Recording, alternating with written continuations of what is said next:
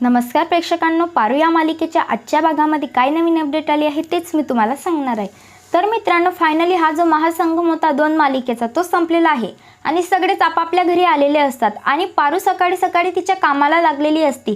ती किचनमध्ये जाते आणि बोलते, बस झाला आता, आदित्य सरांचा साखरपुडा झालाय आणि अनुष्का मॅडम आणि आदित्य सरांच्या नव्या आयुष्याला सुरुवात होणार आहे।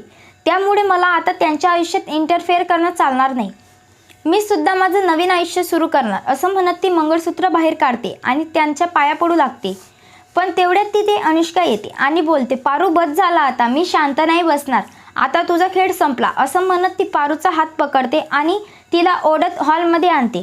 पारू बोलते, प्लीज हे सत्य कोणाला सांगू नका, मी तुम्हाला आणि आदित्य सरांना त्रास होऊ देणार नाही, प्लीज माझ्यावर विश्वास ठेवा। परंतु अनुष्का बोलते, मग काढ ना हे मंगळसूत्र, काढून टाक, काढत का नाही आहेस? पारू बोलते, मी तुम्हाला सांगितलं होतं हे मंगळसूत्र जर काढलं तर आदित्य सरांच्या जीवाला धोका आहे, त्यामुळे मी हे नाही काढू शकत। अनुष्का बोलते, मग मी सुद्धा शांत बसू शकत नाही, आज तुझं भांडण मी सर्वांसमोर फोडणार असं बोलत ती पारूला पकडते आणि हॉलमध्ये आणते आणि जोराजोरात ओरडते, अहिल्या मॅम प्लीज बाहेर या।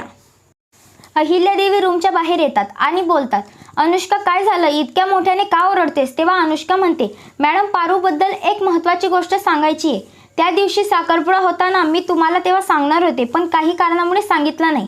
मला माझा साखरपुडा खराब करायचा नव्हता, पण आता सांगण्याची वेळ आली आहे। या भामट्या पारूचं सत्य तुम्हाला कळायलाच पाहिजे असं म्हणत ती पारूचं मंगळसूत्र बाहेर काढते आणि अहिल्यादेवीला दाखवते। अहिल्यादेवीला हे बघून खूप मोठा धक्का बसतो। अहिल्यादेवी बोलते, अगं पारू, हे कोणाच्या नावाचं मंगळसूत्र घातलंय? तू जरा वेडी आहेस का? एक मिनिट, तू त्या हरीशला तर नवरा वगैरे मानत नाहीस ना? असं काही करू नकोस बाई, तो हरीश चांगला मुलगा नाहीये। तेव्हा अनुष्का बोलते, मॅम मी हरीशला नवरा नाही मानत, माझ्या नवऱ्याला म्हणजे तुमच्या लेकाला नवरा मानते। आणि हे ऐकून तर अहिल्यादेवीला इतका मोठा धक्का बसतो की तिच्या पायाखालची जमीनच सरकते।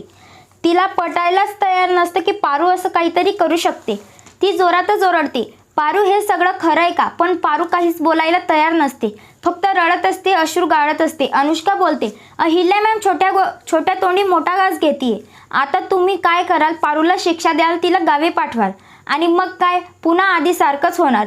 ती गावी जाणार आणि आदित्य तिला परत घेऊन येणार, हे असं काहीही चालणार नाही। आणि मला असं वाटतं यावेळेस तुम्ही तिला मोठी काहीतरी शिक्षा कठीण दिली पाहिजे। अहिल्यादेवी पारूला काय शिक्षा देईल हे बघणं मात्र रंजन ठरणार आहे। तर मित्रांनो, व्हिडिओ आवडला असेल तर लाईक, शेअर, सबस्क्राईब करायला विसरू नका। धन्यवाद।